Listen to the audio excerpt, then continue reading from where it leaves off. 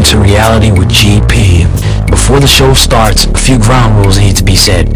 Number 1, if you're a prominent YouTuber and you admire GP's editing style, add to GP directly about how he does his editing. Number 2, prominent YouTubers must do a reaction video to GP's latest upload to learn his editing techniques for free. Number 3, people who are emotionally sensitive to cold, hard truth, you don't belong here, so get the fuck on somewhere right now. Number 4, any non-black women or black women under the age of 40 who find GP romantically or sexually attractive, refrain from advances, or else you will get blocked. Number 5, if you are an attractive 40 to 55-year-old black woman and you would date and or marry a 24-year-old man, inbox GP on Instagram. It's GP, your show starts in less than 30 seconds. You ready? You damn right I'm ready. And make sure I look good for the camera just in case one of these fine ass grannies decide to tune into the show. Alright, let's get it. What's good with y'all? It's your boy GP. As per usual, I got another video for y'all today. Before I play that video, look directly where the red arrow is pointing to see my location on your screen. Alright, now let's roll that video.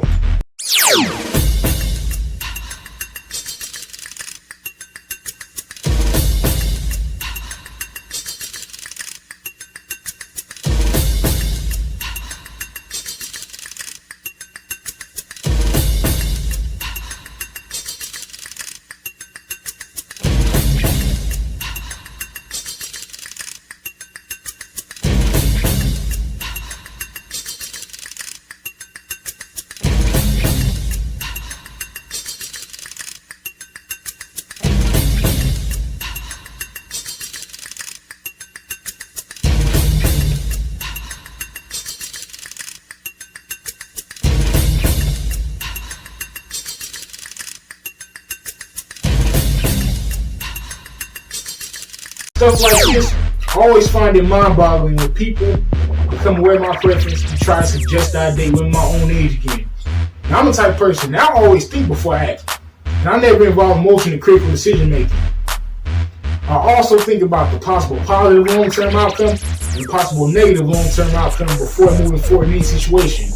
That way, if I decide to move forward in a situation that is of high risk of producing a negative long-term outcome, I can put cautionary measures in place so if the possible negative long-term outcome does start to come into fruition, I can safely remove myself and everything I put into it at the early signs of it.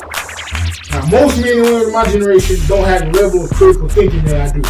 That's why I only like 40 to 55-year-old women. Because I know it's a higher chance that my critical thinking skills can be matched if I'm dating older women. Now that video was a prime example of people in my generation not being on par with my level of critical thinking. In the future, that woman is going to want to settle down with a good guy like myself. And there are some good guys who wouldn't be stupid enough to give her a chance. And that's the problem. Many people on this internet want to blame modern women for their unrealistic standards they have for men. They wouldn't have those standards if they hadn't encountered males who were stupid enough to go above and beyond to meet those standards.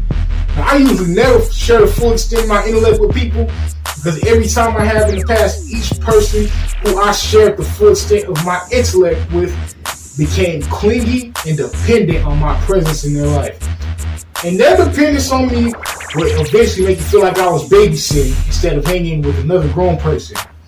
But the more I live and see the world, the more I start to see that the problem is not modern women. The problem is that most males out here are being suckers that women keep getting a lick off of. And as always, I gotta end off like this. If you are a 40 to 55-year-old black woman and you look good and have guys that ain't nothing to be outside hitting on you all the time, if you level-headed and are a critical thinker as well, go hit your boy on Instagram. All my souls on that middle TV down there. And I'll see y'all in the next one. If you enjoyed the show, be sure to follow the instructions right below me, unless you're illiterate. In the case that you're illiterate, go learn to read before tuning back into the show. This show is for fully literate adults only. I'll see you guys in the next video. Till next time.